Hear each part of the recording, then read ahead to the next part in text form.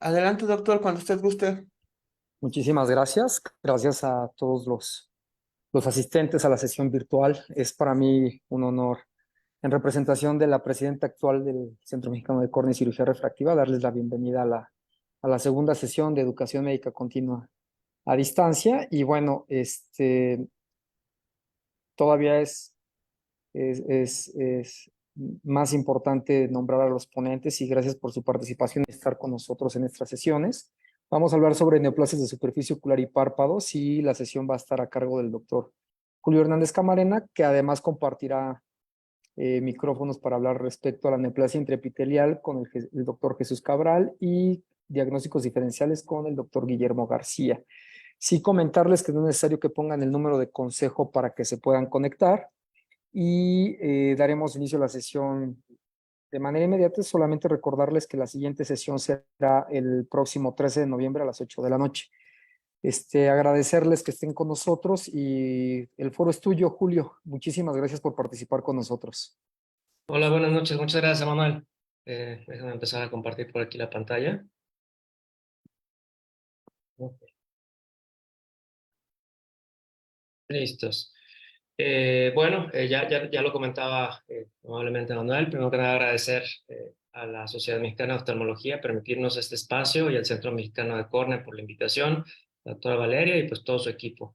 El día de hoy su servidor, el doctor Jesús Cabral Macías y también el doctor Guillermo García de la Rosa, vamos a tratar de ser lo más concisos posible sobre neoplasias de la superficie ocular y párpados, sobre todo las lesiones que nos encontramos más rutinariamente en la práctica y tratar de que se queden con perlas clínicas, diagnósticas y terapéuticas.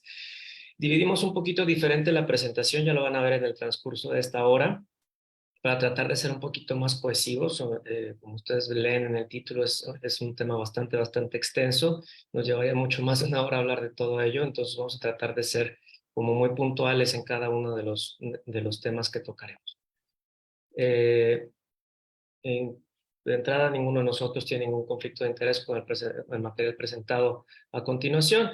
Y vamos a empezar con una leve introducción sobre córnea y conjuntiva. Vamos a iniciar, sabemos que vamos a hablar de la superficie ocular y párpados. Vamos a empezar con conjuntiva y córnea, que es la superficie ocular, y posteriormente pasamos a párpados. Vamos a iniciar con las neoplasias escamosas de superficie ocular. Sabemos que es un rango de neoplasias que va en la conjuntiva y en la córnea que pueden ir desde invasivas hasta no invasivas. Históricamente a las lesiones no invasivas, es decir, a las intraepiteliales, se les consideraba como pues, neoplasias intraepiteliales, como su nombre lo dice, y por ahí de los 70s, 80s, Pizarello y Jakovic trataron de igualar o hacer una clasificación paralela a la que se tenía en aquel momento para ginecología, para las neoplasias intraepiteliales cervicales, y entonces se les ocurrió dividir estas neoplasias de la superficie ocular en leve, moderada o severa, dependiendo del espesor de ese epitelio que estuviera involucrado. Recordemos que las leves eran el tercio inferior del epitelio, las moderadas los 2/3 inferiores y el severo pues ya estaba comprometido en su totalidad del epitelio. Posteriormente, por ahí en los 80, Seri y colaboradores propusieron incluir el término neoplasia invasiva para aquellas neoplasias que ya sobrepasaban la membrana basal y Julio, perdón, te perdimos los últimos 30 segundos. A ¿me ver, escuchan por ahí? ya te escuchamos mejor. Te perdimos los últimos Perdón, 30 perdón. segundos. Ahí No, la está bien. internet, me imagino.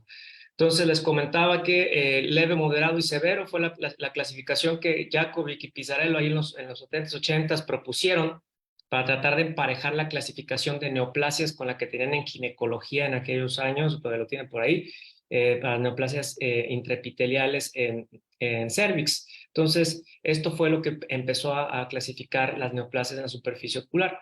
Posteriormente, Eric y colaboradores propusieron incluir el término de neoplasia invasiva para aquellas neoplasias que invadían la membrana basal propiamente, un carcinoma in situ, o que se extendían y vamos a decirlo así, se hacían una extensión más allá a otras estructuras o a la sustancia propia, de este caso de la córnea o la conjuntiva.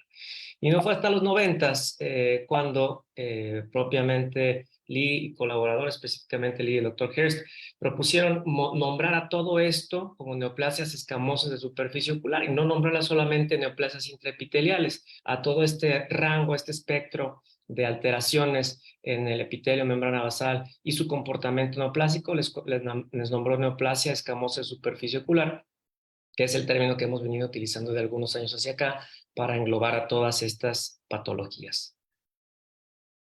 Como lo vimos ahorita, pues esto va desde lesiones benignas como los papilomas, generalmente asociados a infecciones virales, hasta otro tipo de lesiones benignas como la hiperplasia pseudoepiteliomatosa y las disqueratosis intraepiteliales benignas hereditarias, que son trastornos benignos de la superficie ocular, que no tienen riesgo de malignización, pero que por clínica en ocasiones es difícil diferenciarlos de lesiones preinvasivas, como son las neoplasias intraepiteliales propiamente, es decir, los cambios en los tres sectores o en los tres niveles del epitelio, o neoplasias o lesiones propiamente invasivas como el carcinoma escamoso o el mucoepidermoide. Y ustedes pueden ver ahí en la fotografía, realmente a simple vista y de manera clínica es muy difícil que nosotros podamos decir qué lesión puede tener un cambio neoplásico y qué lesión no es así. Entonces les decía que hay otras epiteliales de la superficie ocular benignas. Tenemos por ahí la disqueratosis intraepitelial hereditaria benigna, que probablemente muchos hayamos visto por ahí en clínica y la podemos considerar como una neso, ¿verdad? Sin embargo, esta es benigna completamente y cursa con manifestaciones orales también. Son placas blancas esponjosas en la faringe, en el paladar y en la mucosa oral. De ahí la importancia de explorar completamente a estos pacientes que llegan a nuestro consultorio. También está la hiperplasia pseudoepiteliomatosa. Esta es una proliferación benigna del epitelio, secundaria generalmente a inflamación crónica, y en ocasiones la podemos ver en patologías ya bien crónicas inflamatorias como las queratoconjuntivitis vernales, donde hay hiperplasia por ahí del epitelio por la inflamación. Entonces tenemos que la neoplasia escamosa de superficie ocular es un término que incluye lesiones displásicas, preinvasivas e invasivas de conjuntiva de córnea. Generalmente se presenta entre la tercera y cuarta década. Es un tumor muy común, más o menos, entre 0.03 y 1.9 por cada 100,000 personas al año, y es el tumor más común en personas después de 65 años en los ojos, después del melanoma y del linfoma. Generalmente tenemos dos patrones de presentación. Los pacientes con neoplasia escamosa de superficie ocular generalmente o son hombres arriba de 60 con piel blanca, caucásicos, que tienen como factor de riesgo la exposición a rayos ultravioleta, exposición al sol crónica, o mujeres menores de 50 años cuyo factor de riesgo principal es la infección por virus del papiloma humano o el virus de la inmunodeficiencia humana. Recordemos que el virus del papiloma humano, específicamente el 6 y el 11, están asociados a neoplasias intraepiteliales de bajo grado, y el 16 y el 18 están asociados a neoplasias intraepiteliales de alto grado, vamos a decirlo así, y lesiones invasivas, no solo en superficie ocular, también en cervix. Síntomas iniciales generalmente son muy vagos, pueden ser desde ojo rojo crónico, sobre todo en lesiones que son dispersas o muy diseminadas como la que están viendo ustedes ahí en la fotografía. Disminución de la agudeza visual o visual, dependiendo de qué tanto estemos invadiendo el eje visual, sensación de cuerpo extraño, lagaña, etc. En la gran mayoría, lo vamos a ver un poquito más adelante ya con el doctor Jesús, pero la gran mayoría del diagnóstico inicial pues es clínico.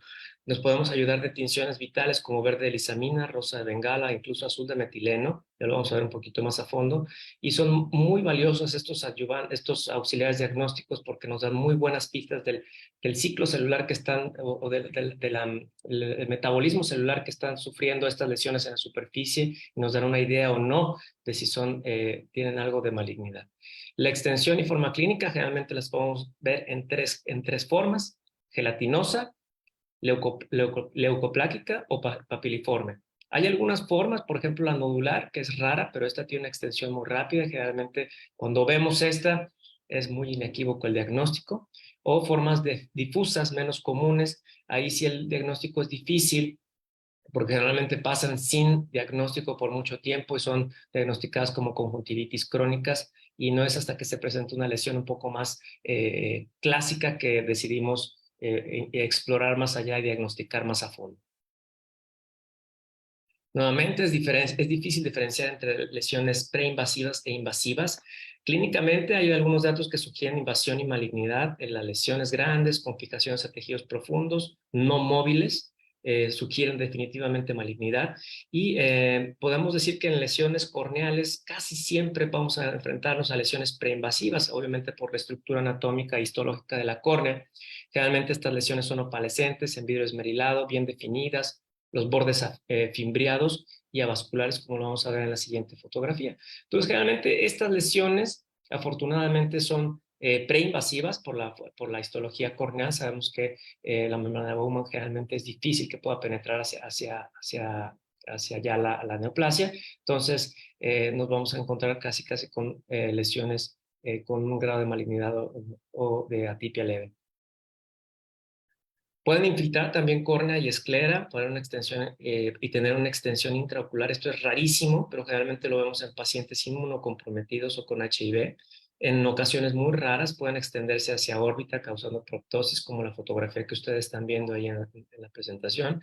Y es muy rara, si no es que es imposible, la metástasis a distancia, a menos de que otra vez el paciente tenga mucho involucro y haya una metástasis, una diseminación hematógena muy franca.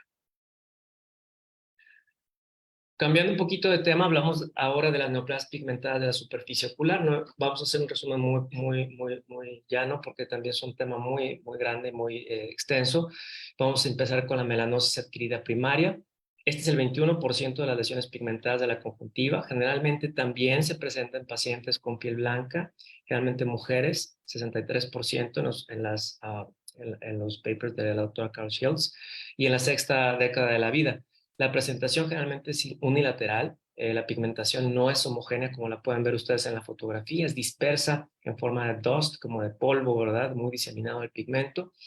Tienden a tener una variación en tamaño y pigmentación con el tiempo y generalmente la localización más común es en conjuntiva vulvar y la menos común, pero también la más, vamos a decirlo así, de peor pronóstico, es en carúncula.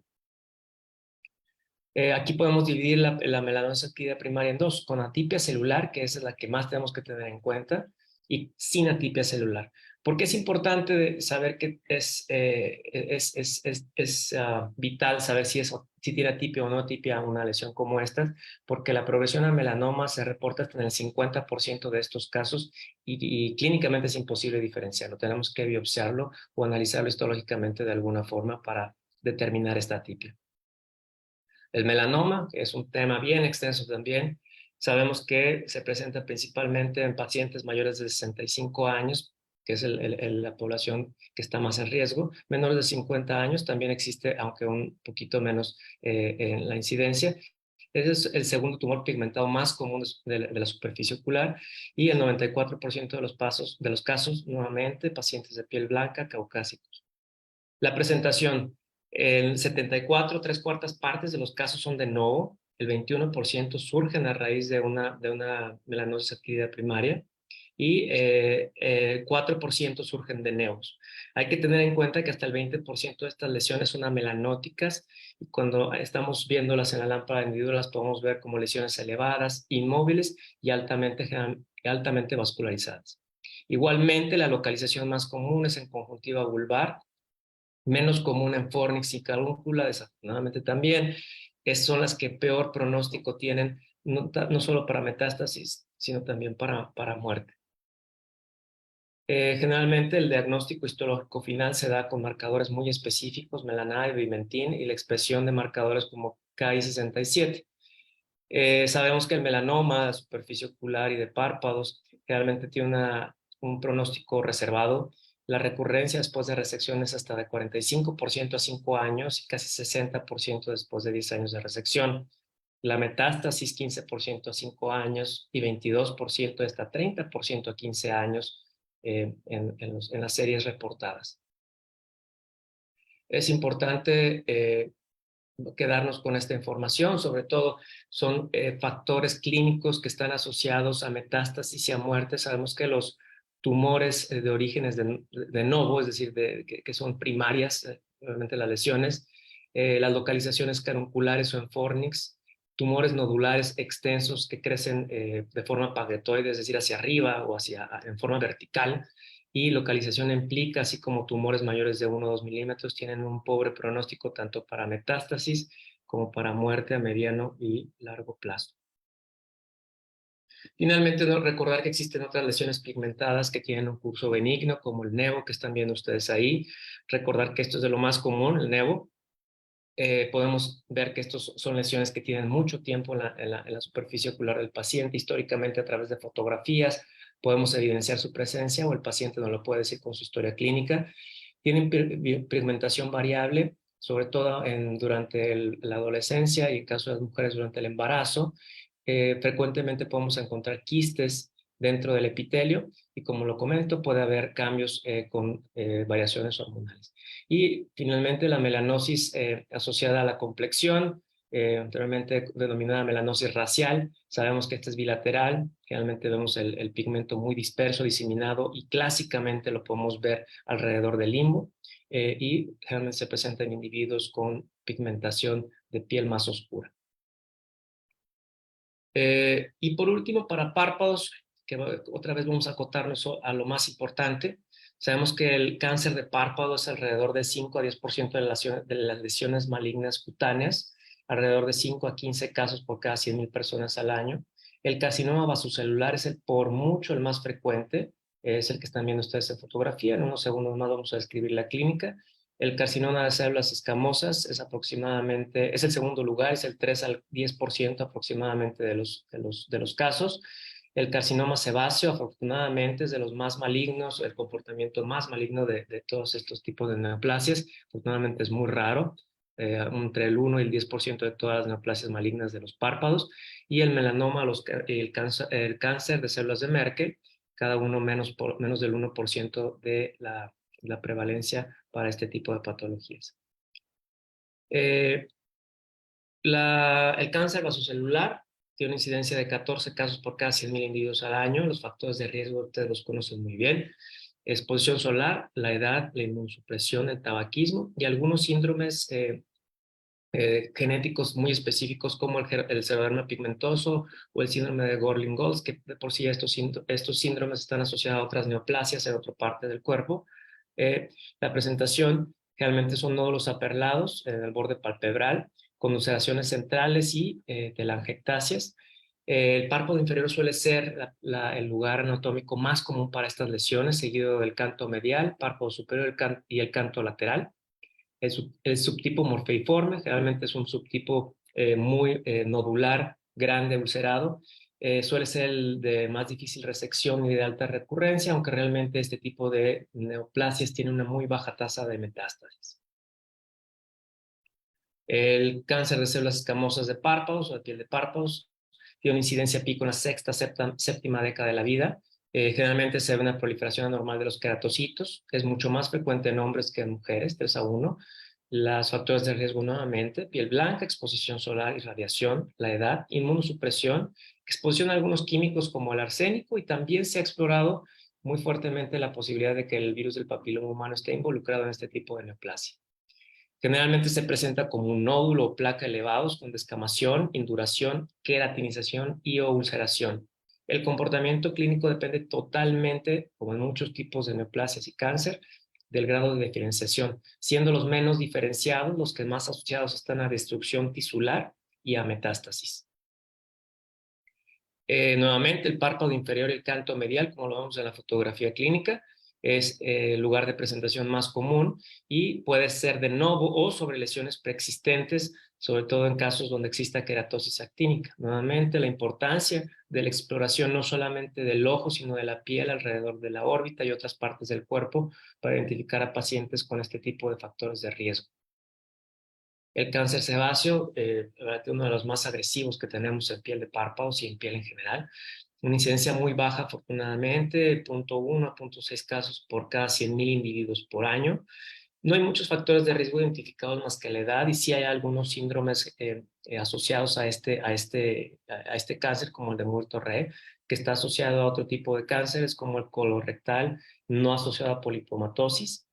Y la presentación generalmente son lesiones nodulares, bien francas, con engrosamientos irregulares en el borde palpebral. Como ustedes lo ven ahí, la gran mayoría de las veces, el problema con estas lesiones es que son mal diagnosticadas y se tarda uno en diagnosticarlas adecuadamente y por lo tanto en tratarlas. Se confunden con blefaroqueratoconjuntivitis, con chalaciones, con cáncer escamoso, con cáncer vasocelular, con todo menos con un cáncer sebáceo. El patrón de crecimiento es pagetoide, es decir, vertical, sólido y lobular. Y el problema con este tipo de neoplasias es que existe un 35% de error en el diagnóstico, incluso histopatológico, confundiéndose mucho con el cáncer escamoso, compartiendo mucho de las características histopatológicas entre ellos, y hasta el 75% de los casos son diagnosticados como tal, como escamoso, como un cáncer escamoso, no como un cáncer sebáceo. Este sí tiene una tasa de metástasis alta, considerando las otras neoplasias, que van entre 8 y 18%, para metástasis en los nódulos linfáticos, y a distancia entre un 3 y un 8%. Finalmente hay algunas auxiliares diagnósticos, específicamente inmunohistoquímica para este tipo de lesiones, donde el clínico debe indicarle a histopatología cuando existe la sospecha de un cáncer sebáceo, realizarlas para evitar precisamente la confusión, incluso en el diagnóstico histopatológico. En este caso, los anticuerpos contra adipofilina nos permiten aumentar la sensibilidad y la especificidad del diagnóstico histopatológico en cáncer sebáceo. Finalmente, el cáncer de células de Merkel, rarísimo, neoplasia neuroendocrina muy rara y agresiva en la séptima y octava décadas de la vida. Con ella también tenemos un retraso en el diagnóstico porque se confunde con todo, chalación, cáncer de vasocelulares. La célula de origen es epitelial. Hay varias teorías por ahí. Hay autores que comentan que es una célula epitelial con diferenciación neuroendocrina, específicamente mecanorreceptor.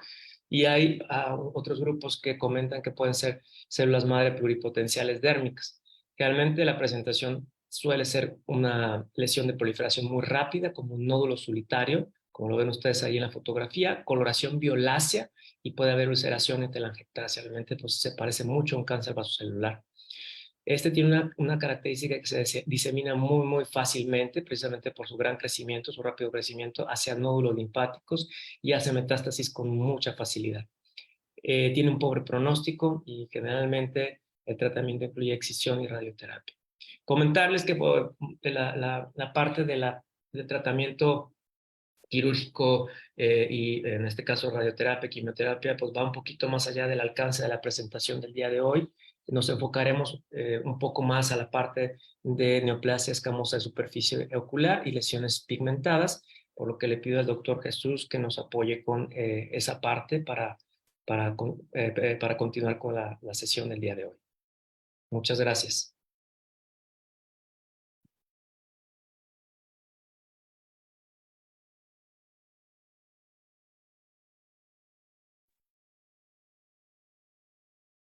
Listo, Chuy, no sé si estás por ahí. Sí, buenas noches. Adelante. Hola, ¿qué tal? Muy buenas noches. No sé si me permitan.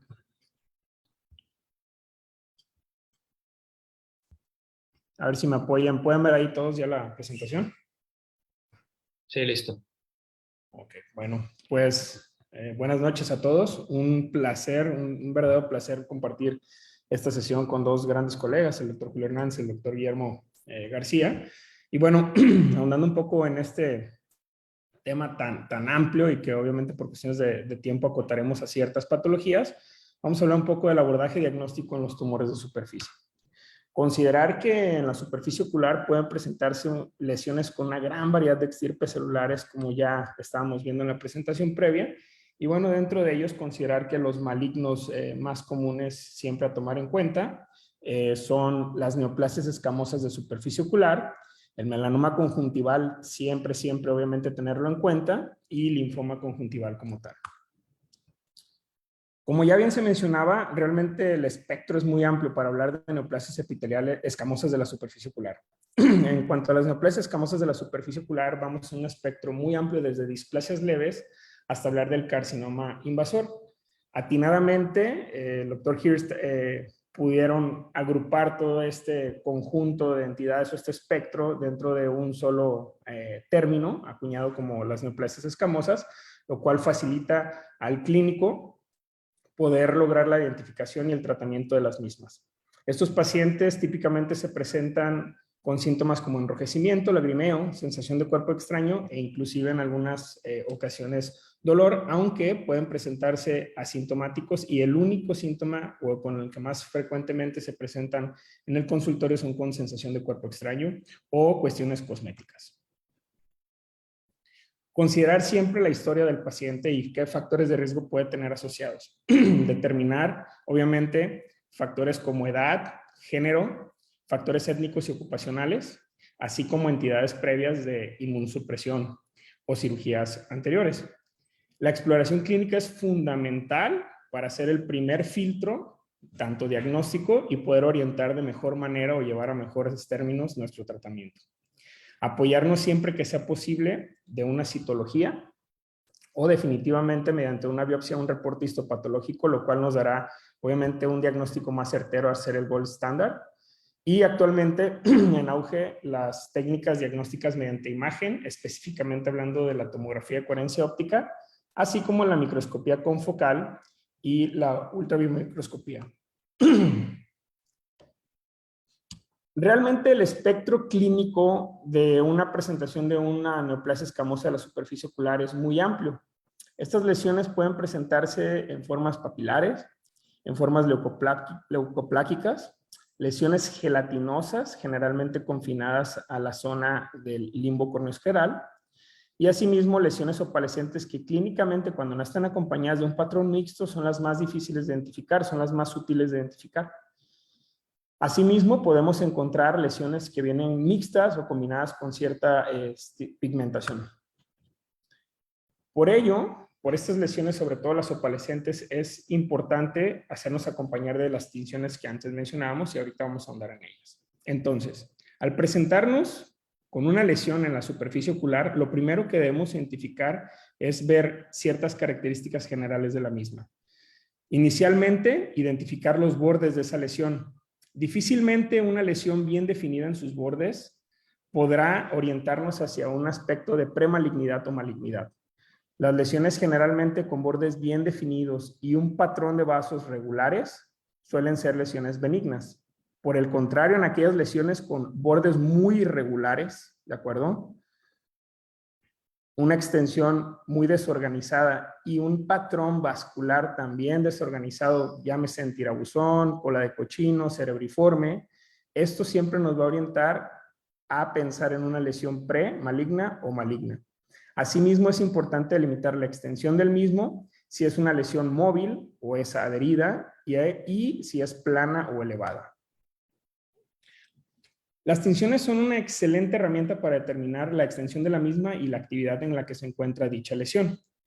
Por ejemplo, una de las más utilizadas en nuestro medio es rosa de Bengala, la cual se obtiene a partir precisamente de una planta rosa en la región de Bengala, cerca de India y Bangladesh.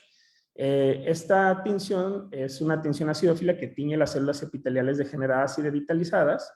Desafortunadamente no es específica para esta lesión, pero sí bastante sensible para la identificación, al menos como método de screening, y generalmente podemos observar la extensión de las mismas. Es de las menos toleradas, de las más irritantes, pero de las más fácil acceso y en cuanto a costo también son más accesibles. Azul de metileno tiene una afinidad selectiva, es una tinción acidófila, una afinidad selectiva por ácidos nucleicos, por lo que penetran las células, y generalmente es selectiva para células con una alta tasa de actividad mitótica. No es específica tampoco para neoplasias escamosas de la superficie ocular y desafortunadamente en ocasiones puede teñir lesiones benignas y esto confundirnos un poco en la identificación. Pero obviamente aquí, orientados primero en la clínica, podemos buscar, ¿sí?, la lesión de interés y con ello poder determinar el área. Verde de lisamina es otra de las tinciones de fácil acceso en nuestros medios y esta también es una sustancia con gran afinidad por células muertas y degeneradas que generalmente va a teñir zonas donde hay ausencia de glucocálix y de mucina. Esta penetra al núcleo y se acumula también en uniones de células alteradas. El azul de toludina, que probablemente sea la tinción para la mayoría menos conocida o de menor acceso, bueno, esta tinción tiene una afinidad también por las células con alta actividad mitótica y tiñe los tejidos con mala adhesión celular. Da un patrón de tinción que clásicamente se conoce como azul real, ¿sí? Y la verdad es que hace una tinción bastante intensa de la zona de interés.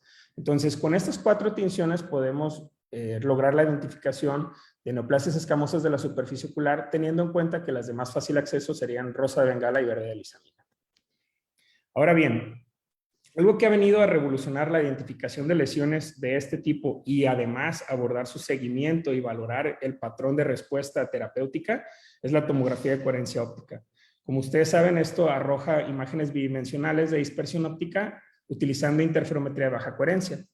La mayoría hemos podido atestiguar la evolución de estos dispositivos desde los dominios de tiempo, pasando por los de dominio espectral, ahora últimamente los de fuente barrido, y bueno, ya logrando obviamente imágenes de ultra alta resolución de 3 a 5 micras y generalmente para la mayoría de los dispositivos comercialmente disponibles, logrando una resolución de 5 a 10 micras que es más que suficiente para poder, obviamente, identificar estas lesiones en segmento anterior.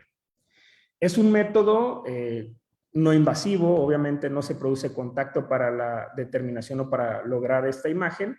La disponibilidad del resultado es inmediata y realmente no se requiere de un entrenamiento especializado como en la microscopía confocal. Es decir, esto podemos entrenar a alguien del equipo en nuestra oficina, a un auxiliar médico, y ellos pueden lograr la toma, obviamente con un entrenamiento previo, o uno mismo hacerlo en el consultorio y tener las imágenes de inmediato.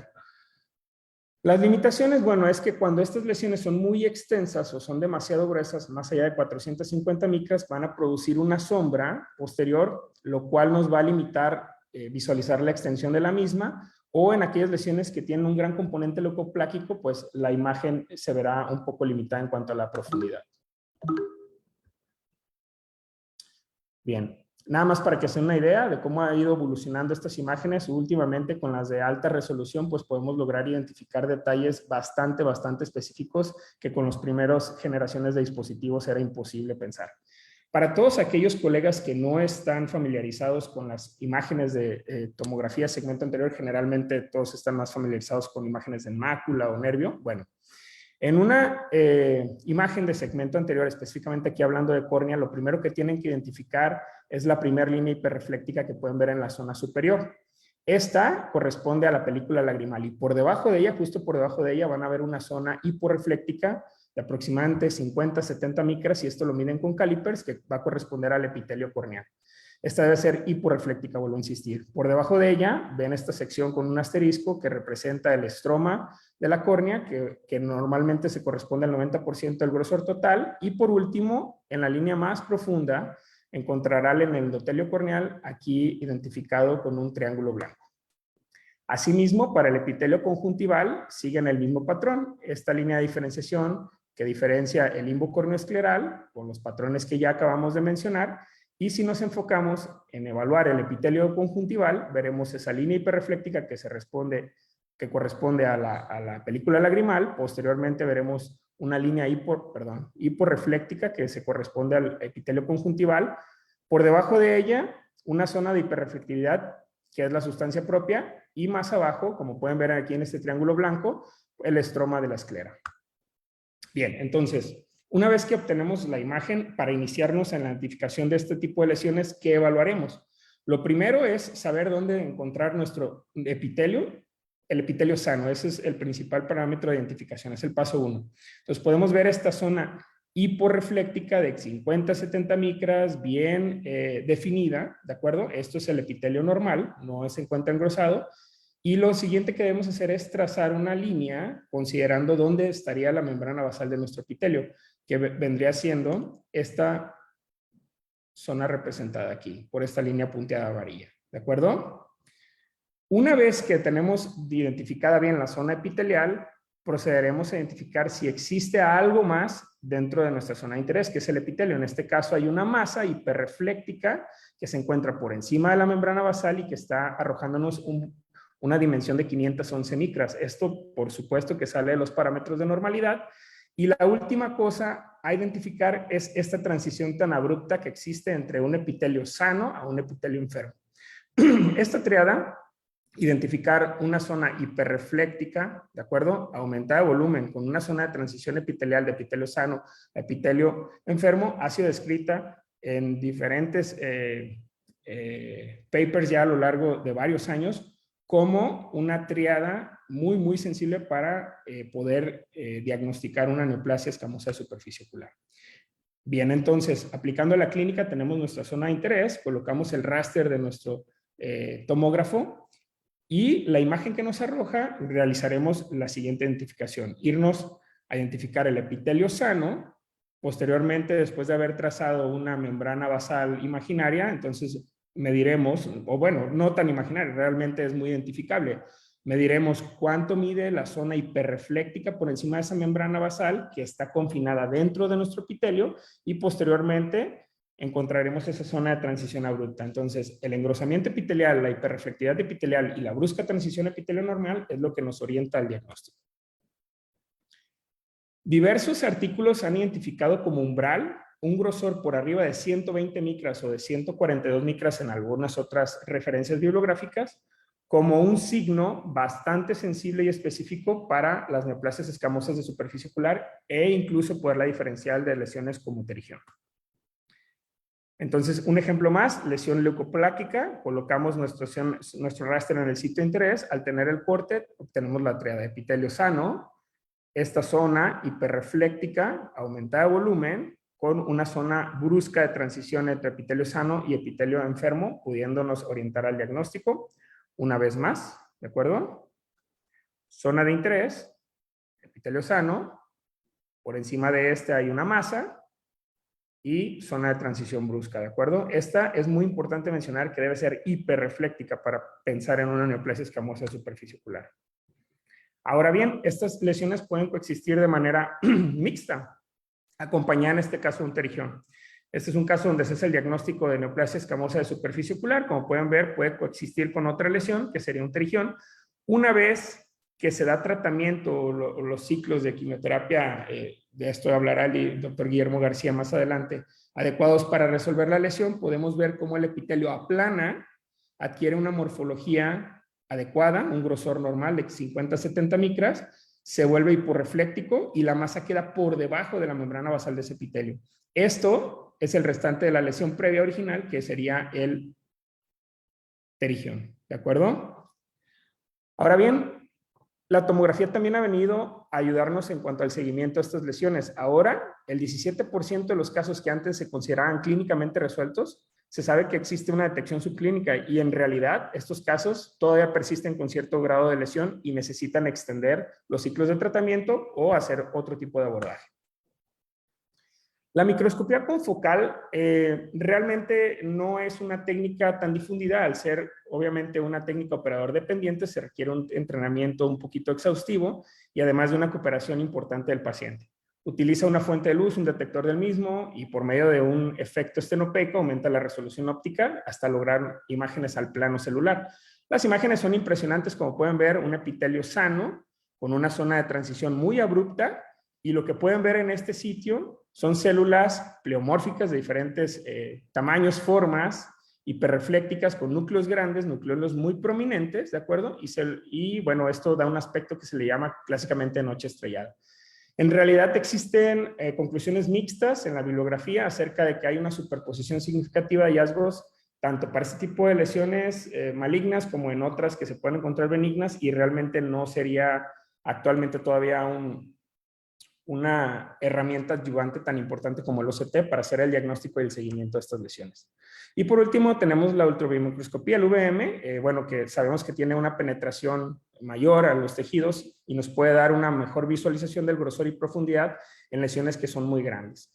Dependiendo de la longitud de onda, 50 MHz nos va a dar una mejor resolución, mientras que a 20 nos va a dar una amplitud de campo. Lo que buscamos es una alta reflectividad en la superficie del tumor, ¿de acuerdo? Y una baja reflectividad en el estroma. Es una imagen hipoecoica. Realmente cuando se sospecha de que puede haber una invasión intraocular es cuando el espesor de la misma rebasa 5 milímetros o hay antecedentes de inmunosupresión o de cirugía. Ahora bien, si bien no existe una mutación puntual para el diagnóstico de una, o que pueda condicionar una neoplasia escamosa de superficie ocular, sí existen ciertos polimorfismos o cambios en diferentes genes que pueden, obviamente, disparar la aparición de estas lesiones. Algunos de ellos son el P53, el gen promotor de transcriptasa reversa de telomerasa, ADAM3, algunas metaloproteinasas e hipometilación del DNA a nivel de la metiltransferasa tipo 3. Cuando sea posible, podremos ayudarnos de una técnica mediante citología y poder ampliar o combinar nuestro diagnóstico tanto por imagen clínica y además citológicamente de una neoplasia de este tipo. Algunas de las más difundidas son, por ejemplo, la citología de impresión, que consiste en la recolección de células superficiales mediante un papel filtro, que está unido a un dispositivo colector, y entonces se adhieren las lesiones del sitio de interés a la superficie del papel. Estas células posteriormente se fijan y se tiñen en el laboratorio para detectar si existe alguna atipia celular.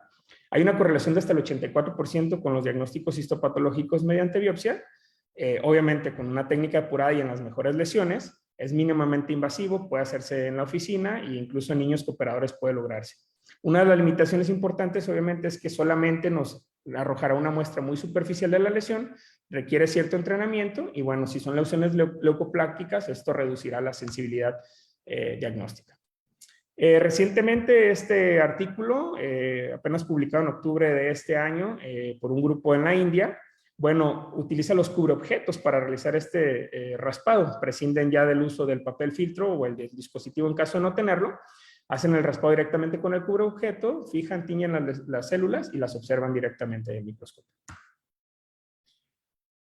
Y si por otro lado logramos realizar algún tipo de biopsia excisional y tenemos un reporte histopatológico, bueno, normalmente los hallazgos que encontraremos son queratinización y disqueratosis, los núcleos muy pleomórficos y bordes acentuados de la lesión en el sitio donde se encuentren bordes libres o donde encontremos epitelio sano y epitelio enfermo, ¿no? Normalmente encontraremos pleomorfismos, engrosamientos a nivel del epitelio y esto es lo que nos arrojan en los resultados de patología. Siempre considerar que estas células pleomórficas pueden invadir o romper, ir más allá de la membrana basal y entonces estaremos hablando ya de un carcinoma invasor. Ahora bien, en cuanto al melanoma conjuntival, bueno, es un diagnóstico que va en aumento, desafortunadamente es un poco más frecuente ya verlo en estos años. Puede surgir, como lo mencionó el doctor Julio, bueno, de nuevo lo más frecuente, o puede ser secundario una melanosis primaria adquirida o por nevos previos. Suelen ser lesiones pigmentadas, nodulares, definidas en conjuntiva vulvar, generalmente, es más raro verlos en tarsal o carúncula y van rodeadas de vasos nutriosos por lo general. En algunos casos pueden tener poco pigmento o ser amelanóticos y esto desafortunadamente volver un reto diagnóstico o retrasar el diagnóstico y esto pues iría en detrimento del pronóstico de la lesión. Bien, ahora les mencionaré algunas perlas en cuanto a lo que podemos visualizar en una tomografía de coherencia óptica en una lesión como un melanoma conjuntival.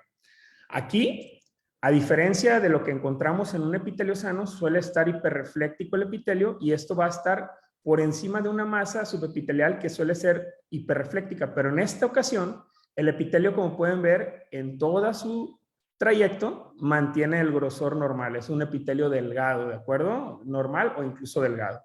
Por debajo de esa membrana basal es donde se encuentra la lesión, esta será una masa hiperrefléctica y es muy importante identificar que estas masas suelen tener ausencia de quistes, ya que el quiste hablaría de un pronóstico a favor y generalmente se asocia a lesiones benignas como un nevo conjuntival. Ahora bien, tomar en cuenta siempre la clínica. Los nevos suelen ser lesiones definidas de larga evolución, muy estables en su crecimiento, no muestran un patrón de crecimiento por un largo periodo de tiempo, o suelen tener nulo. Y bueno, normalmente aquí lo que vamos a encontrar nuevamente, como les menciono, es un epitelio delgado, un poco más hiperrefléctico y por debajo esa lesión hiperrefléctica, por debajo del epitelio, pero cuando hay presencia de quistes, podemos pensar más bien en un nevo conjuntival. En cuanto a la microscopía confocal, bueno, se describe que se encuentran células grandes con núcleos y nucleoles prominentes. Las células subepiteliales son muy hiperreflécticas y pleomórficas y puede llegar a tener una especificidad del 100%, obviamente en manos entrenadas. El VM, al ser una lesión pigmentada, bueno, esto es útil al poder penetrar en tumores opacos, permite visualizar el margen posterior de ciertas lesiones e incluso los melanomas muy pigmentados. La resolución de los detalles internos desafortunadamente es limitada y una de las ventajas es que requiere contacto y generalmente pues no la encontramos de manera muy común. Me podría atrever a decir en muchas ciudades de nuestro país. ¿Qué características citológicas se encuentran normalmente en el melanoma? Una relación núcleo-citoplasma aumentada, nucleolos grandes, cromatina irregular y una proporción relativa alta de células atípicas. Genes target o donde poder enfocar la atención en caso de diagnóstico genético en BRAF, en RAS y KIT. Asimismo, mencionar, que existen ciertos marcadores de inmunohistoquímica muy útiles en este tipo de lesiones, como ya se mencionó en la charla previa.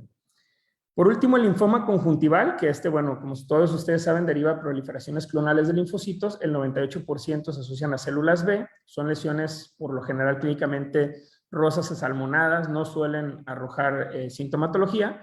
Y bueno, el diagnóstico histopatológico es el gold standard para posteriormente hacer citometría de flujo y poder hacer arreglos genéticos. La microscopía confocal no muy útil, pero puede orientarnos a que encuentran células pequeñas, hiperreflécticas y agrupadas en nidos o estructuras similares a quistes. En cuanto al OCT, una de las cosas a tomar en cuenta es que estas masas son homogéneas, al igual que en el melanoma, pero estas suelen ser un poco más hiporreflécticas, ¿de acuerdo? Según el grosor que tengan, arrojarán algo de sombra, ¿de acuerdo? Y el epitelio suele ser hiperrefléctico y además, por debajo del mismo podemos encontrar un tejido hiperreflectante que puede ser muchas de las ocasiones tejido conjuntival que está desplazado por esta misma lesión y entonces genera este aspecto como de engrosamiento, ¿de acuerdo? Superior. Y ahí puedes obviamente estar involucrada la sustancia propia. Por último, esta diapositiva que les quise compartir para que puedan tener esta imagen un poquito más presente. Siempre considerar, al ser la neoplasia escamosa de superficie ocular, hacer un tumor epitelial en su origen, pues considerar que siempre que hagamos una tomografía con la teoría que hablamos, este cambio brusco entre epitelio sano, epitelio anormal, engrosado, hiperrefléctico, considerar siempre una neoplasia escamosa de superficie ocular. Por el contrario, el pterigión, sabrán que el epitelio no se encuentra engrosado y la lesión hiperrefléctica se encuentra por debajo del mismo y generalmente tiene un patrón más desorganizado, a diferencia del linfoma y melanoma, que suelen tener un patrón mucho más homogéneo, se encuentran por debajo del epitelio, las dos, un epitelio que conserva su grosor normal, como pueden ver aquí, 63 micras. El linfoma suele ser una lesión hiporrefléctica y por su parte el melanoma suele ser mucho más hiperrefléctico. Los dos pueden producir una sombra posterior debido a la altura o al grosor que adquieren. Y bueno, esto sería todo por mi parte. A continuación vamos con el doctor Guillermo García para ahondar un poco más en el tratamiento de este tipo de lesiones.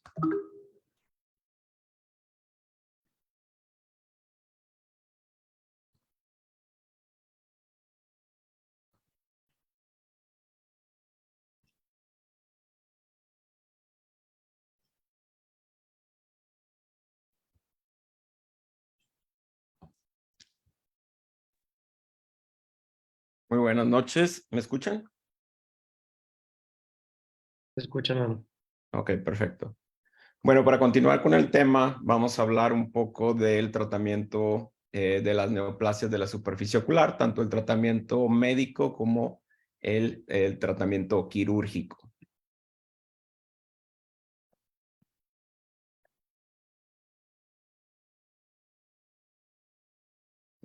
Para hablar del tratamiento tenemos que hablar primero de las clasificaciones. Tenemos primero esta clasificación del TNM, del Comité de Cáncer Americano, en el cual podemos observar que el T se refiere al tamaño del tumor, el cual puede ser menor o mayor a 5 milímetros, y este puede invadir o no la membrana basal. Posteriormente tenemos un tumor que va a invadir estructuras adyacentes.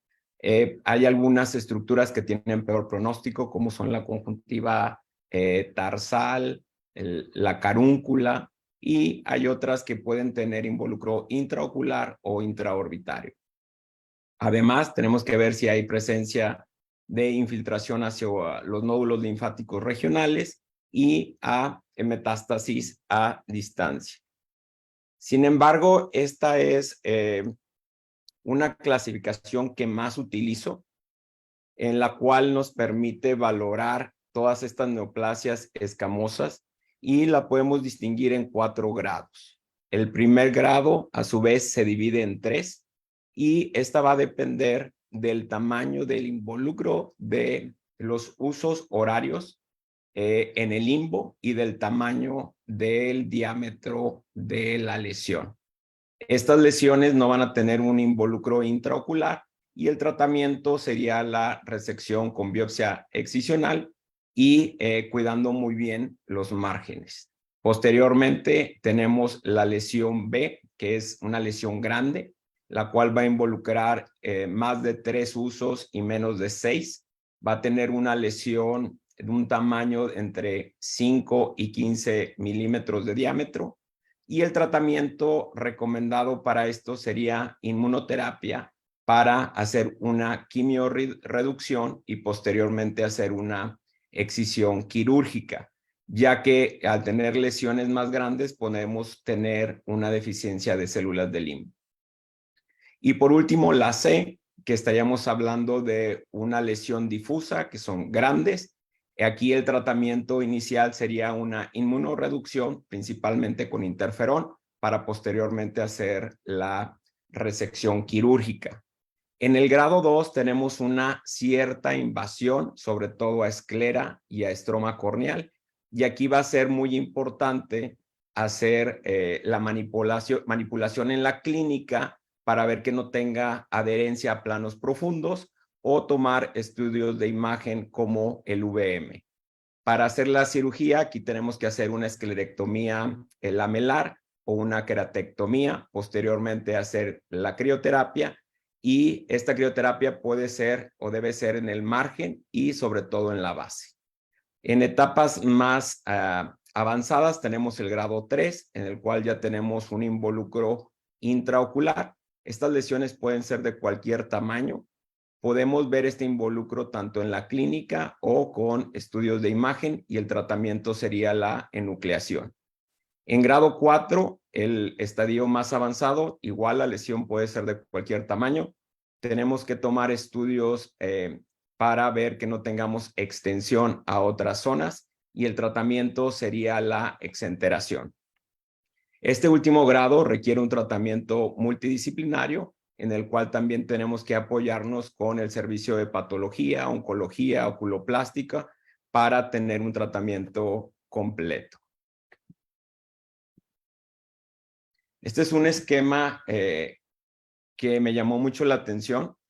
Ante cualquier lesión, siempre es importante que haya un registro fotográfico. Perdimos. Sin embargo, este esquema... Te perdiste al inicio de este slide, Memo. Ok. Entonces, este esquema nos ayuda mucho para ver la progresión, pero sobre todo para hacer una evaluación prequirúrgica. Todas las lesiones deben de tener un registro fotográfico. Sin embargo, este esquema nos permite ver si tiene involucro de la córnea, si tiene involucro del limbo, si tiene involucro de la conjuntiva vulvar o la tarsal. Para hacer un abordaje quirúrgico debemos ver si la lesión tiene involucro de limbo, y si es una lesión pequeña, menor a 2 usos horarios, se recomienda la biopsia excisional más crioterapia, o también se puede hacer una inyección intralesional de interferón. Al tener lesiones más grandes, se recomienda la excisión con crioterapia más la colocación de membrana amniótica. Y cuando las lesiones son muy grandes o son muy difusas, primero tendremos que hacer una quimiorreducción. Se recomienda el uso de esteroide y agregar interferón, 5-FU o mitomicina. Y posteriormente hacer la resección como normalmente la hacemos. Cuando tenemos un involucro del fondo de saco, primero tenemos que hacer una inmunoreducción, como ya comentamos, y posteriormente la cirugía. Aquí la única diferencia es que se recomienda que nos ayudemos de pegamento tisular. Cuando tenemos una lesión en córnea, puede ser muy superficial y la podemos retirar con alcohol y realizar una epitelectomía, o cuando es un poquito más avanzada, tenemos que hacer una queratectomía y una peritomía limbal. En algunos otros casos tenemos involucro de los párpados y esto requiere una reconstrucción de todo el párpado, además de crioterapia, y en algunos casos también se requiere el uso de algunos medicamentos dérmicos. Para esto es sumamente importante apoyarnos de otros departamentos, como el departamento de oculoplástica, y cuando tenemos ya un involucro intraorbitario, tenemos que retirar esta lesión. Sin embargo, esto ya requiere un tratamiento multidisciplinario de oncología, oculoplástica, el servicio de superficie ocular. Y siempre agregar radioterapia. Entonces, para hablar del tratamiento quirúrgico del médico, se recomienda el tratamiento quirúrgico cuando tenemos una lesión pequeña, menor a 1 cuadrante o menor a 5 milímetros. Y el estándar de oro sigue siendo la biopsia excisional, ya que va a ser un tratamiento tanto diagnóstico como terapéutico. Y el reporte de la patología nos va a dar un diagnóstico muy preciso y sobre todo nos permite establecer el pronóstico. Sin embargo, estas cirugías no están libres de complicaciones, como pueden ser un daño a estructuras sanas, podemos generar una cicatriz corneal, un cimbléfaro y sobre todo si tenemos afectación del limbo, una deficiencia de las células del limbo. Se ha reportado una tasa de recidiva muy variable, entre un 9 y un 52%, y esto es porque muchas veces se somete a cirugía, pero realmente no se sabía que era una lesión maligna. En algunos casos no se utilizó crioterapia, que este es un factor muy importante para disminuir la tasa de recidiva. Y cuando tratamos en forma médica, recomendamos cuando son lesiones un poco más grandes, mayores a 1 cuadrante o mayores a 5 milímetros, el tratamiento no solo va a estar enfocado a la lesión, sino toda la superficie ocular. Nos va a permitir eliminar lesiones grandes mayores a 2 cuadrantes. Hay una menor probabilidad de producir una deficiencia de células de limbo y tiene muy buenos resultados para lesiones difusas, multifocales, anulares o subclínicas. Cuando tenemos lesiones muy grandes, primero se recomienda una quimiorreducción y posteriormente se puede hacer una biopsia quirúrgica. Sin embargo, entre las desventajas del tratamiento médico tenemos que existen diversos efectos adversos transitorios. Sin embargo, pueden ser resueltos con tratamiento de superficie ocular. Hablando de la mitomicina, esta puede generar una deficiencia de células de limbo, sin embargo, suele ser más leve que el tratamiento quirúrgico. Cuando hablamos de un tratamiento quirúrgico de lesiones pequeñas, la técnica ideal es la técnica de no touch o de no contacto. Esta técnica inicia fijando el epitelio con alcohol absoluto, posteriormente realizar una resección de márgenes libres, que se prefiere en conjuntiva que sea alrededor de los 4 milímetros, en córnea alrededor de los 2 milímetros. Y siempre, o es muy fundamental, aplicar crioterapia en los márgenes conjuntivales y hacerlo 2 veces. Se puede reconstruir con un cierre primario cuando tenemos una lesión pequeña o con membrana amniótica. Y entre los tratamientos médicos tenemos que podemos hacer una quimiorreducción o una quimioterapia tópica con mitomicina o 5-fluoracilo. O podemos también hacer una inmunoreducción o una inmunoterapia con interferón alfa 2B. Entonces, es fundamental que cuando vamos a someter a un paciente a una cirugía, realizar un planteamiento con tiempo previo para delimitar muy bien la lesión. Y en esto, como ya se explicó, es fundamental utilizar ciertas tinciones. Posteriormente, debemos de aplicar alcohol absoluto sobre la lesión para evitar tener una diseminación de las células.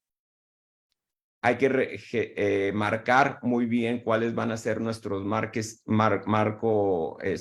o bordes quirúrgicos, que deben de ser alrededor de 3 o 4 milímetros en conjuntiva y 2 a nivel de la córnea. Se deben de cauterizar los vasos nutricios y hacer una resección por fuera de nuestro marcado. Y se debe quitar la lesión tocando solo conjuntiva sana, no tocar la lesión. Y posteriormente se hace la crioterapia, pasando 2 veces para que no quede en ningún rastro o que no tengamos una diseminación de células malignas. Cuando tenemos involucro de la esclera, se recomienda incluso también hacer una crioterapia en la base de la lesión. Posteriormente, tenemos que hacer un cambio de instrumental para hacer la reconstrucción. Si la lesión fue muy pequeña, podemos hacer un cierre primario, pero se recomienda hacerlo por planos. Primero tenón y posteriormente conjuntiva. O si la lesión es un poco más amplia, se recomienda la aplicación de una membrana amniótica. Hablando un poquito de las lesiones pigmentadas, vamos a explicar un poquito nada más de los nevos, cuando se recomienda realizar una biopsia excisional. Y esto es cuando tenemos algo que no nos cuadra con el tiempo de presentación, cuando tenemos una localización en el fondo de saco o en la conjuntiva palpebral, ya que esto es muy mal pronóstico. Cuando tenemos lesiones mayores a 10 milímetros, que tenemos unos vasos nutricios muy grandes, muy vascularizados, que pueden presentar incluso hemorragias. Cuando tenemos ausencia de quistes, ya que nos hablan de cierta benignidad. Cuando tenemos una lesión pigmentada, oscura, uniforme. Cuando tenemos lesiones mayores de 3 usos horarios o que tenemos cierta fijación a epiesclera o simplemente por cosmesis, se recomendaría quitar esa lesión. Hablando un poco de la melanosis primaria adquirida, cuando tenemos lesiones muy grandes o mayores a 5 milímetros, cuando documentamos una progresión, un engrosamiento de la conjuntiva, la presencia de nódulos, vasos nutricios, un involucro a nivel de la córnea o involucro también de la conjuntiva palpebral, o que tenemos antecedentes familiares o personales de algún tipo de lesión pigmentada, específicamente melanoma. ¿Cómo va a ser el tratamiento quirúrgico de estas lesiones pigmentadas? Va a ser pues prácticamente muy similar a la técnica que ya comentamos, una técnica de no contacto, en la cual se evita la manipulación directa para no hacer una siembra de células neoplásicas. En algunas ocasiones se recomienda colocar tapones en los puntos lagrimales. Se va a realizar un marcado, tratando de tener un margen en conjuntiva alrededor de preferencia de 4 milímetros. Sin embargo, hay artículos en los cuales dicen que incluso 2 milímetros puede ser suficiente, pero si la lesión lo permite, hacer un marcaje de 4 milímetros en conjuntiva y de 2 en córnea. Posteriormente se aplica el alcohol absoluto. Hay que hacer una resección muy cuidadosa, tratando de cauterizar los vasos nutricios para tener una cirugía lo más limpia posible. Si se documenta que hay una invasión a esclera, hacer una esclerectomía superficial asistida también con alcohol. Y cuando tenemos un involucro de la córnea, del estroma corneal, hacer una queratectomía. Posteriormente, aplicamos la crioterapia en los bordes de la lesión. Lo pasamos 2 veces y hacemos igual el cambio de instrumental y la reconstrucción, que puede ser un cierre primario cuando la lesión es pequeña, igual por planos, o la reconstrucción con membrana amniótica. Es fundamental que cuando mandemos la biopsia a patología, hagamos algún sistema para que podamos referenciar las posiciones y los lados, ya que al mandar la lesión en una solución, se va a perder la arquitectura y va a ser más difícil para el patólogo decir si realmente están los bordes libres. Hablando un poco del tratamiento médico, tenemos estas 3 sustancias que se pueden utilizar. La mitomicina podemos utilizar a una dosis de 0.02, una gota cada 6 horas. El ciclo puede ser alrededor de una semana o de 14 días y luego tener un periodo de descanso que también puede ser de 1 o 2 semanas. Hay algunos pacientes que incluso puedan tolerar esta concentración de 0.04, que este es el rango de diluciones que tiene buenos resultados. Entre los inconvenientes de la mitomicina, pues son sus efectos adversos secundarios. El 5-fluoracilo a una concentración de 1%, está recomendado utilizarlo cada 6 horas. Existen diferentes esquemas, puede ser diario por 4 semanas o lo podemos utilizar por un lapso de 1 semana y posteriormente tener un periodo de descanso que va desde los 21, 30 o 45 días hasta la resolución clínica. Y por último, el interferón alfa 2B, que se puede utilizar en forma tópica, una gota cada 6 horas a una dosis de 1 millón de unidades internacionales. Este tratamiento es continuo hasta la resolución de la lesión o podemos aplicarla una inyección subconjuntival con una dosis de 3 millones de unidades internacionales. El 5-fluoracilo es un análogo de las pirimidinas que inhibe la incorporación de la timidina al DNA durante la fase S del ciclo celular. Como comentamos, a una dosis del 1%, 4 veces al día, por 7 días. Esto nos va a formar un ciclo y luego vamos a descansar un periodo de 3-4 semanas. En promedio se utilizan 2 a 5 ciclos, depende mucho del tamaño de la lesión. Y esto va a tener una eficacia entre el 87 y el 92%. Este tratamiento se ha utilizado para diferentes lesiones premalignas en piel, pero también para neoplasias escamosas de la superficie ocular y del carcinoma de células escamosas. Entre las ventajas que tenemos es que es la que tiene el menor costo y que no requiere una refrigeración. Existe mucha evidencia en la literatura, varían un poquito las concentraciones o los esquemas de tratamiento, sin embargo tienen excelentes respuestas que varían desde un 82 hasta un 100%. Los efectos secundarios de este tratamiento son ligeras hiperemias, generalmente van a ser menores que los reportados por la mitomicina, pero van a ser mayores que los reportados por el interferón alfa. La mitomicina C es un agente alquilante que va a inhibir la síntesis de DNA por medio de la producción de radicales libres. Va a tener una efectividad que va desde el 87 hasta el 100%. Se utiliza en concentraciones, como comentamos, de 0.02% a 0.04%. Generalmente los ciclos mejor tolerados son 4 veces al día por 1 o 2 semanas y luego tener un periodo de descanso de 1 o 2 semanas. Los ciclos en promedio estamos hablando de 1 a 5 veces, comúnmente 2. Es un medicamento que sí genera mucha irritación en la superficie ocular, por lo cual se recomienda el uso de tapones de punto lagrimal para limitar la absorción sistémica y la estenosis de estos puntos lagrimales. El inconveniente es que este sí requiere una refrigeración. También existe mucha evidencia en la literatura. Existen diferentes concentraciones. A mayor concentración, obviamente, mayor efectos secundarios.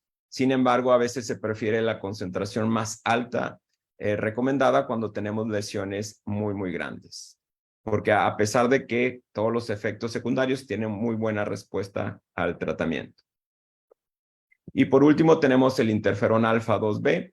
Es una proteína recombinante secretada por leucocitos que tiene propiedades antivirales y antineoplásicas. Tiene una eficiencia que va desde el 88 al 96%. Es mejor tolerada que las 2 previas y tiene realmente pocos efectos adversos. La dosis recomendada es de una dosis de 1 millón de unidades internacionales. Cuando lo utilizamos en forma tópica, tiende a generar conjuntivitis foliculares, pero es como la dosis preferida. También se puede aplicar en vía subconjuntival, 3 millones. Sin embargo, el paciente puede tener el día de la aplicación, puede tener fiebre, mialgias, fatiga posteriormente, pero generalmente ceden con un tratamiento. Cuando tenemos lesiones muy grandes, se recomienda una combinación de estos dos vías de administración y la resolución anda en promedio entre 3 a 4 meses, un poco más cuando hablamos de lesiones gigantes. También buenos resultados reportados en la literatura, tanto el tratamiento tópico como el tratamiento intralesional. Realmente casi no tiene efectos secundarios, si acaso esa conjuntivitis folicular, pero es de los mejores tolerados. El problema ahorita es que es difícil conseguir este medicamento, pero como ya se comentó, el perfil de seguridad varía desde el interferón, que casi no tiene efectos secundarios, posteriormente el 5-FU y por último la mitomicina, que está reportada que prácticamente es la que puede tener mayor efectos secundarios y que el paciente incluso puede que no tenga un apego al tratamiento por estos efectos secundarios. Se recomienda siempre que utilizamos estos medicamentos agregarles esteroide, agregarles lubricantes para tratar de mejorar la superficie y así tener un mejor apego al tratamiento. Algunos otros tratamientos reportados es el Cidofovir. Tiene cierta acción contra el virus del papiloma humano, tiene una acción antitumoral directa. Además, tiene una inhibición competitiva del DNA polimerasa y también se ha reportado en serie de casos con buenos resultados para neoplasias escamosas de la superficie ocular. Este es un diagrama de flujo que encontré que se me hizo interesante por algunas características. Una vez que ya hicimos el diagnóstico con todo lo que ya se comentó, con un examen clínico completo, con una microscopía especular in vivo, con un OCT de alta resolución, si tenemos citología de impresión, algún departamento de patología a la mano, y a veces incluso el reporte de histopatológico con una biopsia incisional o excisional, que sigue siendo el gold estándar. Bueno, cuando ya se confirma el diagnóstico y tenemos una lesión grande, el tratamiento iría dirigido al tratamiento médico para hacer una quimioreducción. Cuando tenemos una lesión pequeña, podemos irnos directamente a un tratamiento quirúrgico. Sin embargo, se recomienda que tengamos al menos una citología o una tomografía de coherencia óptica de alta resolución para documentar todos los hallazgos antes de la cirugía. Si el paciente tiene alguna situación sistémica que impida la resección quirúrgica, o si el paciente, pues a veces también tiene que ver un poquito el costo, ya que son tratamientos un poco caros, pues aquí también va a depender si decidimos de un tratamiento médico o de un tratamiento quirúrgico. Generalmente el tratamiento médico está enfocado a la monoterapia. Sin embargo, hay algunas indicaciones para hacer un tratamiento secuencial o una combinación de medicamentos. Y esto es cuando tenemos una lesión con un grosor grande, mayor de 1.5, un diámetro grande en extensión, que tenga una presentación multifocal, una localización nasal, que tenga involucro de más de 6 usos horarios, que el paciente tenga antecedente de tabaquismo o que se requiera una resección realmente urgente. También es muy importante interrogar sobre datos de inmunosupresión, ya que cuando hablamos de tratamiento, pacientes inmunocomprometidos van a tener una pobre respuesta con el tratamiento de interferón alfa, ya sea tópico o subconjuntival. En esos casos nos iríamos directamente con el tratamiento con 5-FU Y si el paciente presentara algún tipo de intolerancia, podemos hacer el cambio a otro medicamento hasta llegar a una resolución. Si con estos dos medicamentos no tenemos una resolución adecuada, pues podemos cambiar a mitomicina C, que tiene muy buenos resultados, sin embargo tiene el inconveniente de tener mayor efectos secundarios. Cuando decidimos un tratamiento quirúrgico, realizarlo, como se comentó, con la biopsia excisional de no contacto, con márgenes amplios de 4 milímetros y con la aplicación de crioterapia. Si patología nos marca que tenemos un margen positivo, debemos iniciar con tratamiento médico, de preferencia con interferón alfa. Y si tuviéramos un margen negativo, pero que tengamos alguna de estas indicaciones, también tendríamos que iniciar con el tratamiento médico. Si tenemos involucro del tarso, si tenemos lesiones de alto grado reportadas por histopatología, si tenemos una localización superior, estas tienden a ser muy renuentes al tratamiento y tenemos que utilizar ciclos o por mayor largo tiempo. Si tenemos una apariencia papilomatosa o si tenemos una enfermedad recurrente, también se justificaría iniciar tratamiento médico, incluso con márgenes negativos.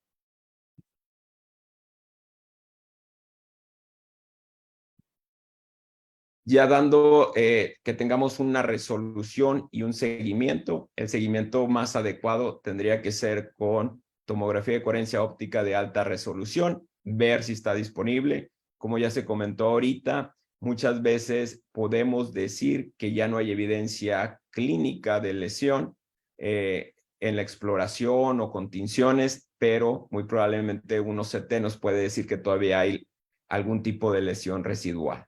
Si se confirma el diagnóstico, se le da seguimiento. Si no se confirma y se ve algún tipo de lesión o alguna residual, iniciar otra vez con quimioterapia tópica hasta la resolución. Si no se cuenta con un OCT, se recomienda agregar de 6 a 8 semanas interferón alfa o iniciar con 2 ciclos de 5FU.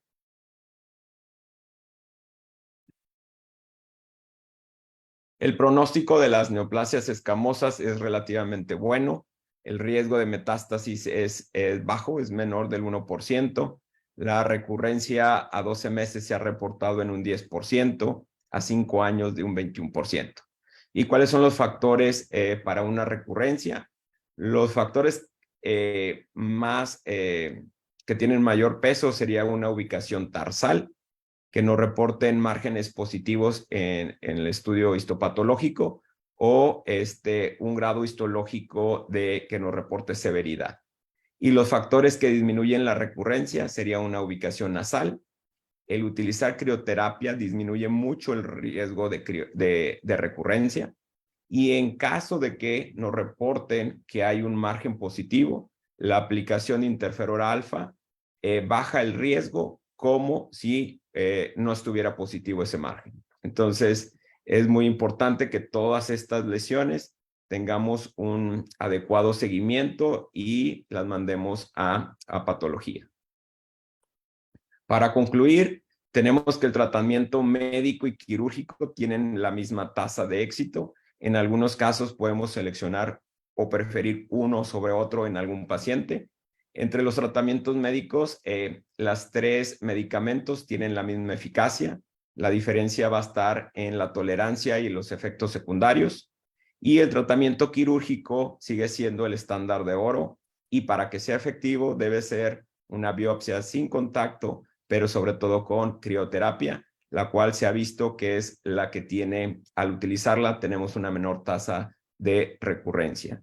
Y si tenemos un margen positivo, podemos tomar la opción de hacer una resección más amplia o aplicar interferón alfa en forma tópica.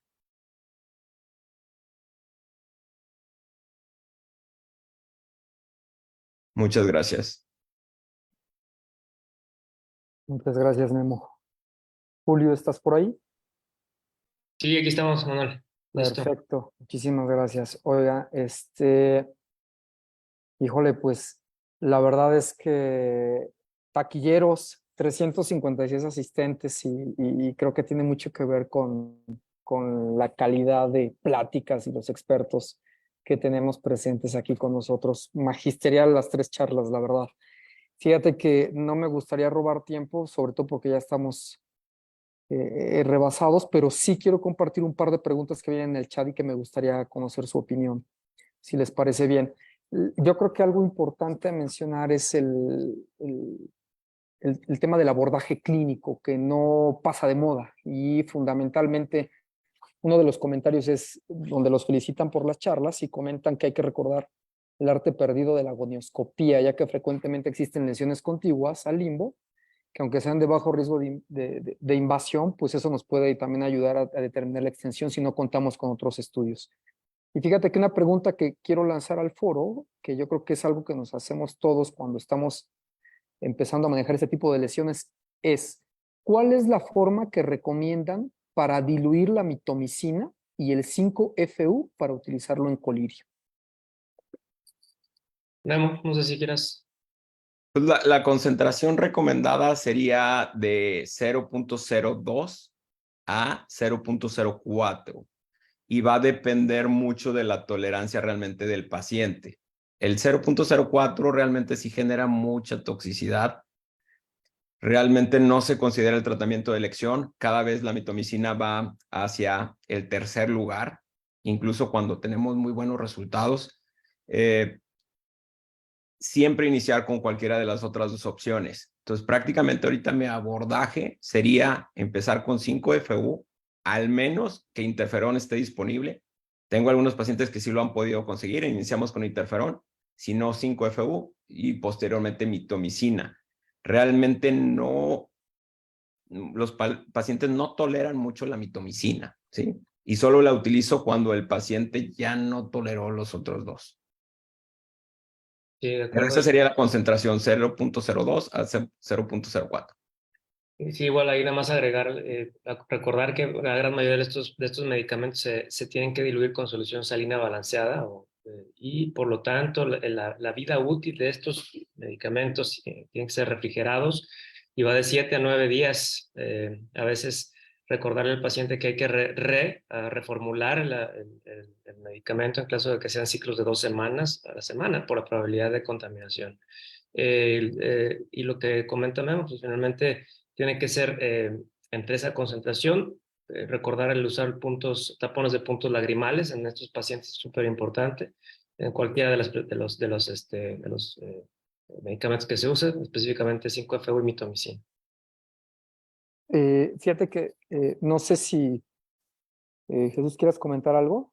Sí, bueno, nada más algo breve respecto a lo que mencionaba el doctor, creo que nos saludas de Sinaloa, ¿verdad? Acerca de la agonoscopía en el abordaje clínico de una de estas lesiones.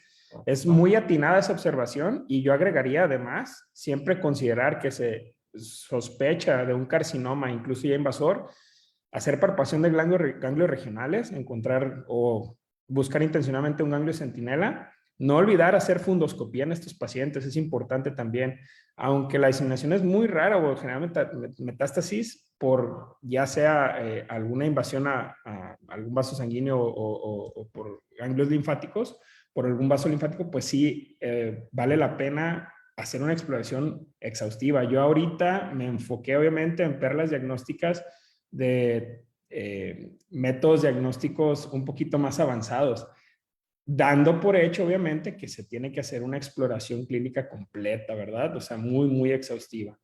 Y bueno, nada más eso era para mencionar. Otra de las cosas, siempre que encontremos una lesión que podamos sospechar malignidad en la superficie, recuerden, por favor, difieran algún procedimiento quirúrgico adicional. Si están pensando en hacer alguna cirugía intraocular con una adyacente a una lesión tumoral que sospechan algún indicio de malignidad, por favor, traten primero de erradicar esa lesión antes de hacer alguna intervención intraocular en la mayoría de los casos.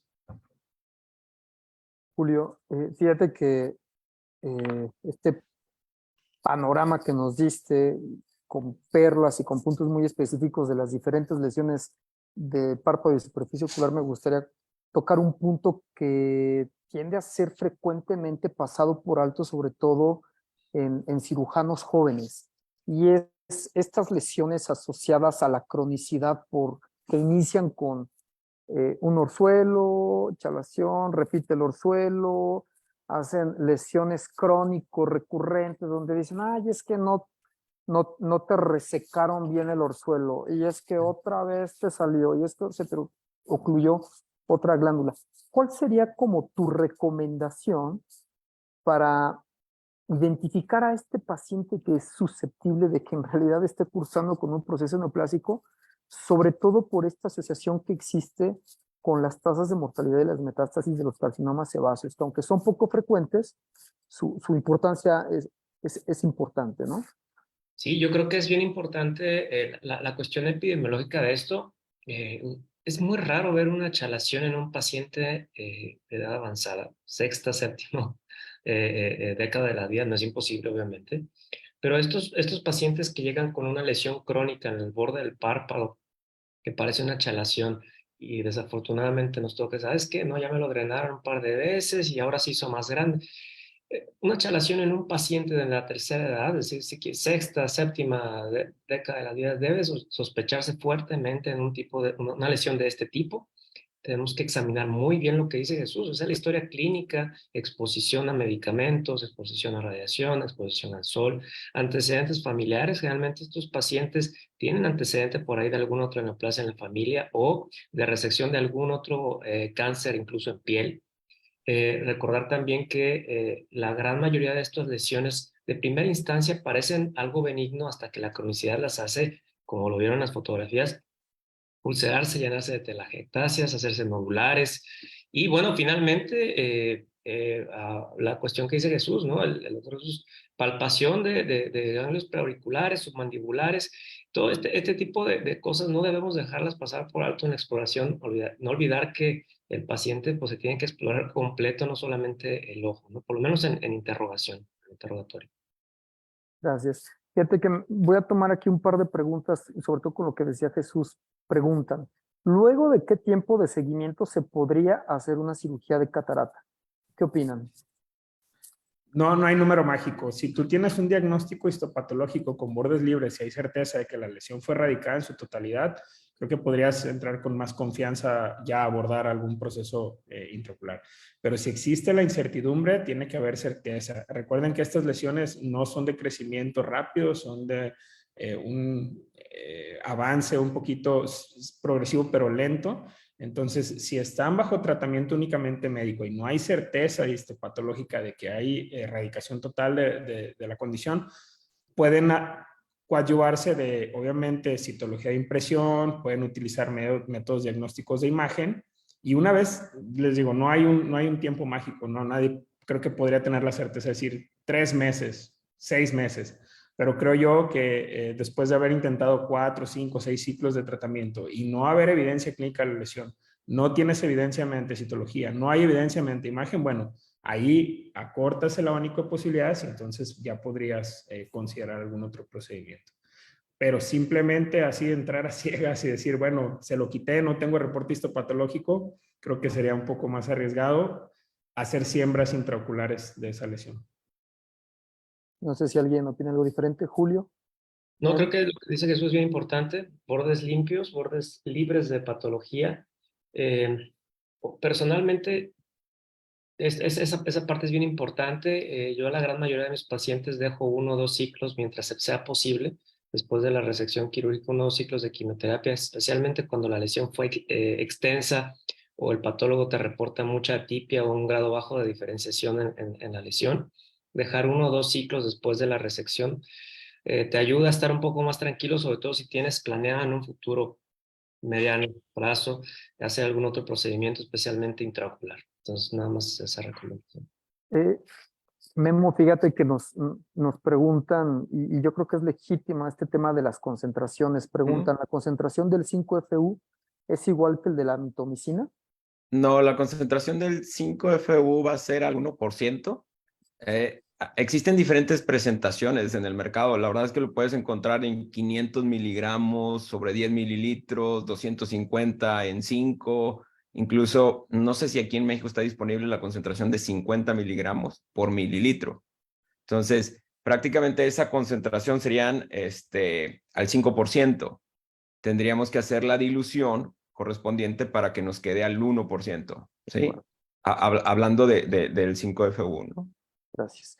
Por ahí, justo en el tratamiento preguntaban, y yo también pongo esa pregunta al sometimiento del foro, porque dentro de mi formación estuve muy acostumbrado a tratar las neoplasias de superficie con interferón alfa 2 beta, donde la dilución era mucho más fácil, la aplicación de 4 veces al día y eso, y preguntaban aquí, ¿todavía lo consiguen en México? La verdad es que los pacientes que yo he tratado, justo me brinqué a 5FU porque ya no era fácil conseguir el interferón. No sé si ustedes tengan la facilidad de entrar en contacto donde se puedan conseguir el interferón.